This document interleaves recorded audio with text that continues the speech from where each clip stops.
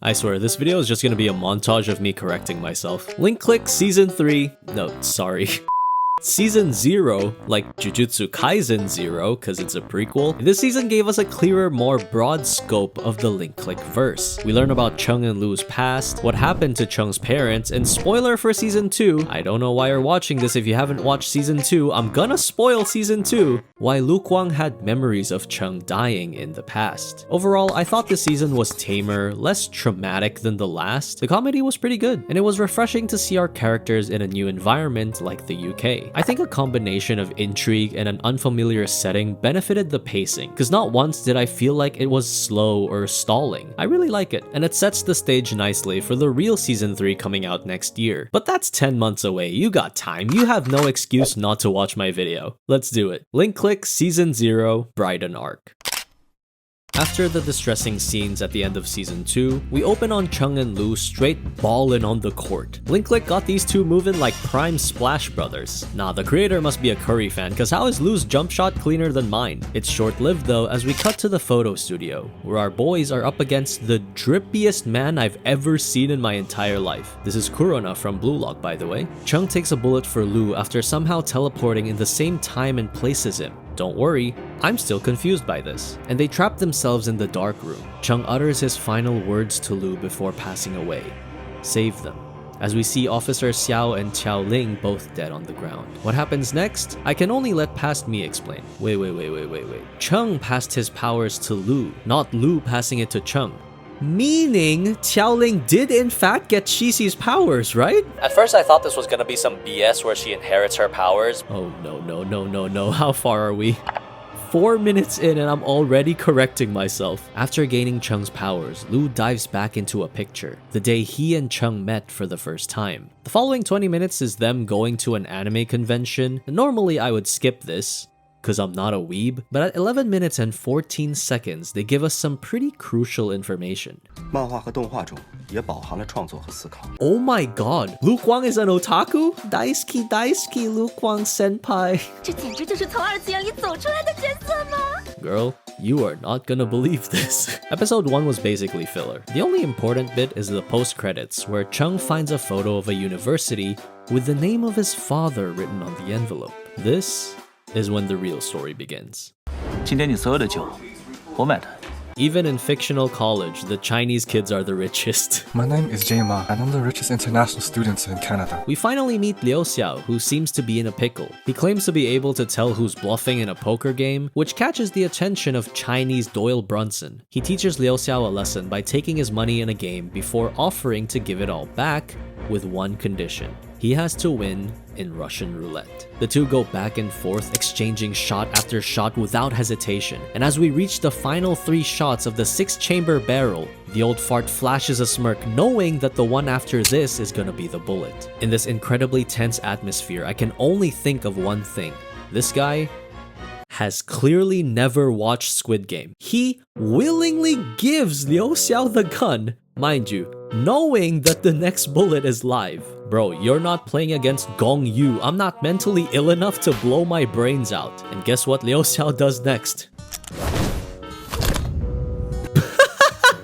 Liu Xiao explains that his powers have something to do with the heart or something, and that the old man's heart rate started rising. I don't even need any of that bullshit. The dude was grinning ear to ear before handing you the gun. Huh?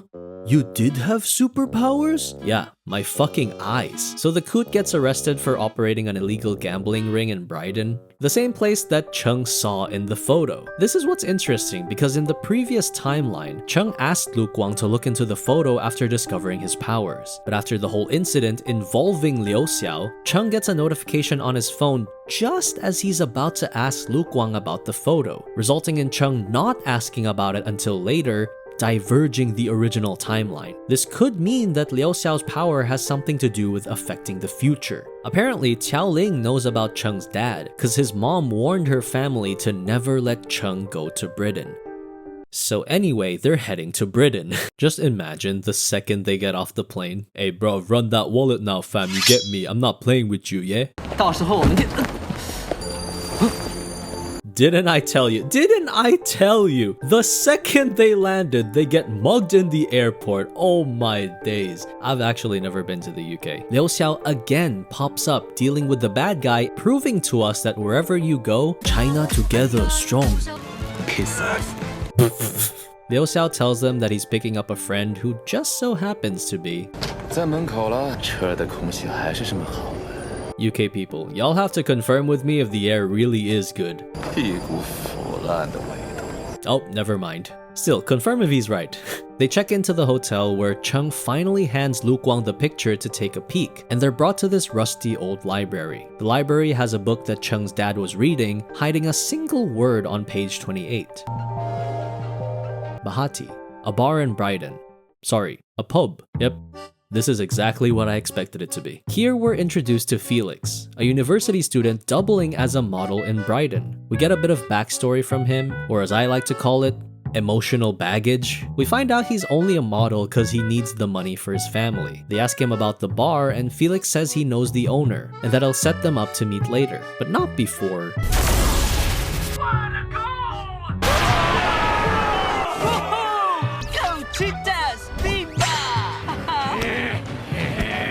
Man, you fans be like.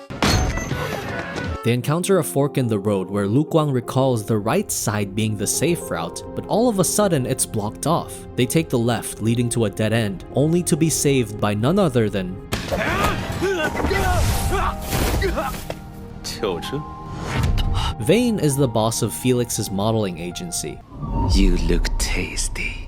Huh? And Lu Guang basically confirms that someone is manipulating the timeline, recalling that it's the third time already. 1 with Cheng in the photo, 2 with meeting Liu Xiao at the airport, and 3 with meeting Vane. They head back to Bahati to meet with the owner and are both visibly shocked when hearing the name Cheng Wei Min, Cheng Xiaoshi's dad. 这反应，难道？完全不认识。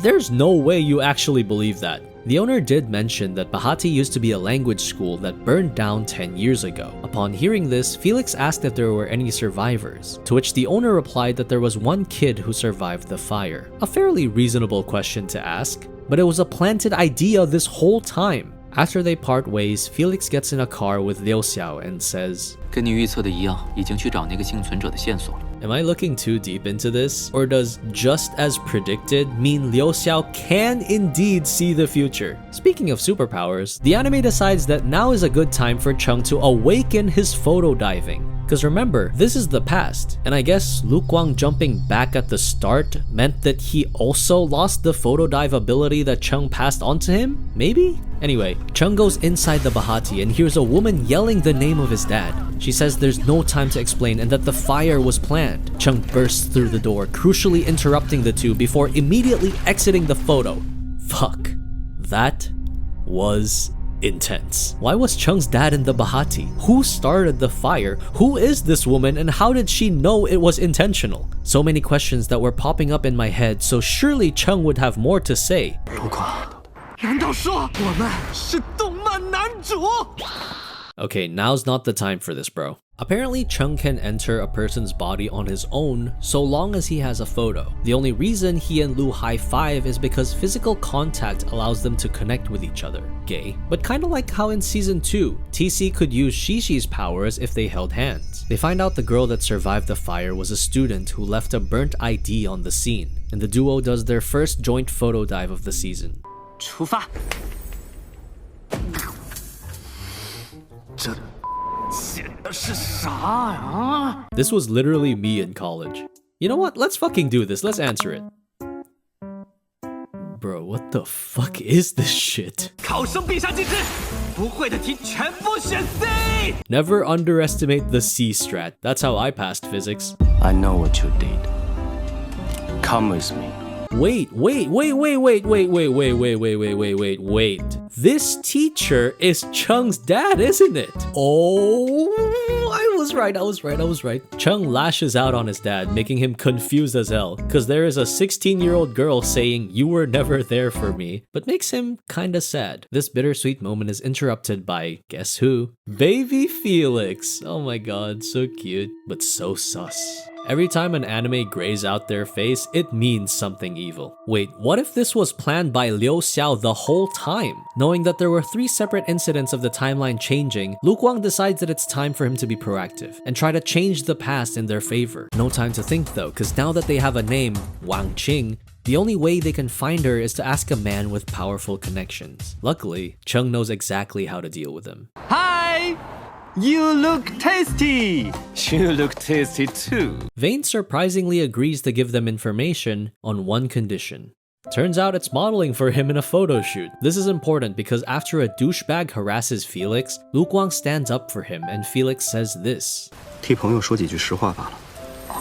Is he trying to get Felix on their side? Is that why he said in the last episode that he has to change things too? Ah, Lu Guang, you sly boy, I'd die on the battlefield for you. And wouldn't you know, just 30 seconds later, yeah, they're having a zesty montage. Felix is definitely gonna be a good guy. Vane thanks them for their help. He brings them to Wang Qing, who now works as a psychiatrist. Chung goes in and is presented by Wang Qing the equivalent of an MBTI BuzzFeed quiz. You know those "Are you a psychopath or not" tests? The ones where you secretly wish you were because you wanted to be different from everyone else?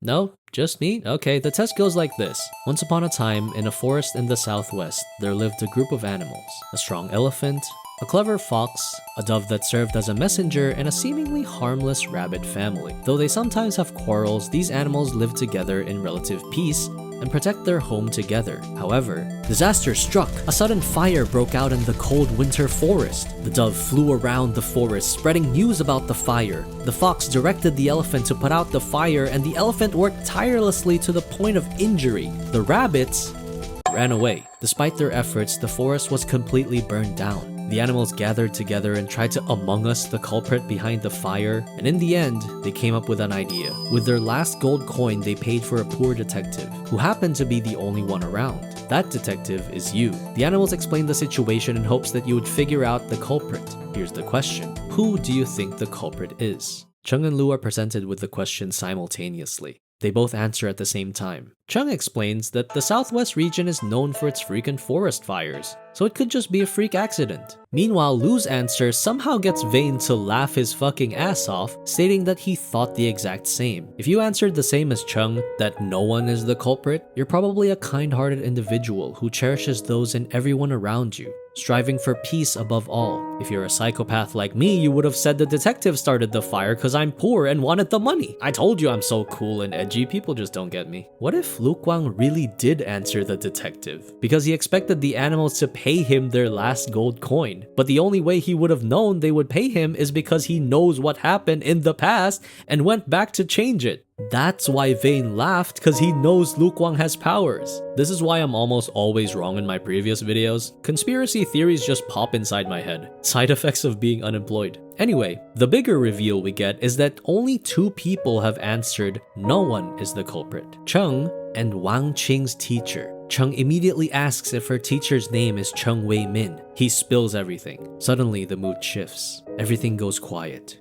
Eerie. Wang Qing takes a photo of Chung before approaching him with a stern look. 真不错，没长残。大姐，你发病了吧？有这么对妈说话的吗？ Wang Qing is his mom? I'll spell it out for you if you're confused. Chung Xiaoshi's mom is also a time traveler. 对不起，小石，这些年让你受委屈了。 Oh, I'm gonna cry. It's actually super sweet and super sad. Chung's mom tells him to stop investigating his parents' disappearance. She said she knows about the Bahati fire and is actively trying to stop that from happening, and that if someone tries to intervene, the time-space will be all spaghetti and meatballs without the sauce. Vane gets a call from presumably Leosia to fix the timeline, while Lu Guang stalls for a couple seconds, allowing the timeline to change once more, and embracing what will happen in the future is out of his hands. Vane and Chung's mom have an epic fight before... Hey, yo, why the fuck is Lu Guang puppeteering? What the fuck is going on? How is he controlling them? We cut to Leosia and Felix in a movie theater, but Felix leaves abruptly before the end after finding out about Vane's death. Can I just be honest? There is no way this guy's dead. You know why? Because the movie goes on and says, don't celebrate too soon. the mastermind behind the scenes hasn't shown up yet. Who do you think that mastermind is? For now, Vane is reported dead. After everything that happened, Felix turns over a new leaf, taking Chung and Lu back to the airport. The pair have acquired a new friend to their group, which obviously means he's gonna die. Bro. Felix is gonna die. He's gonna die. I'm writing this at minute 23:32. He's gonna die. Close enough. Back in China, Felix and the douchebag guy have been reported missing. And after the last intro song of the season, we hear footsteps approaching Vane's body bag. Yeah, a hand with a ring similar to Leosia opens the zipper.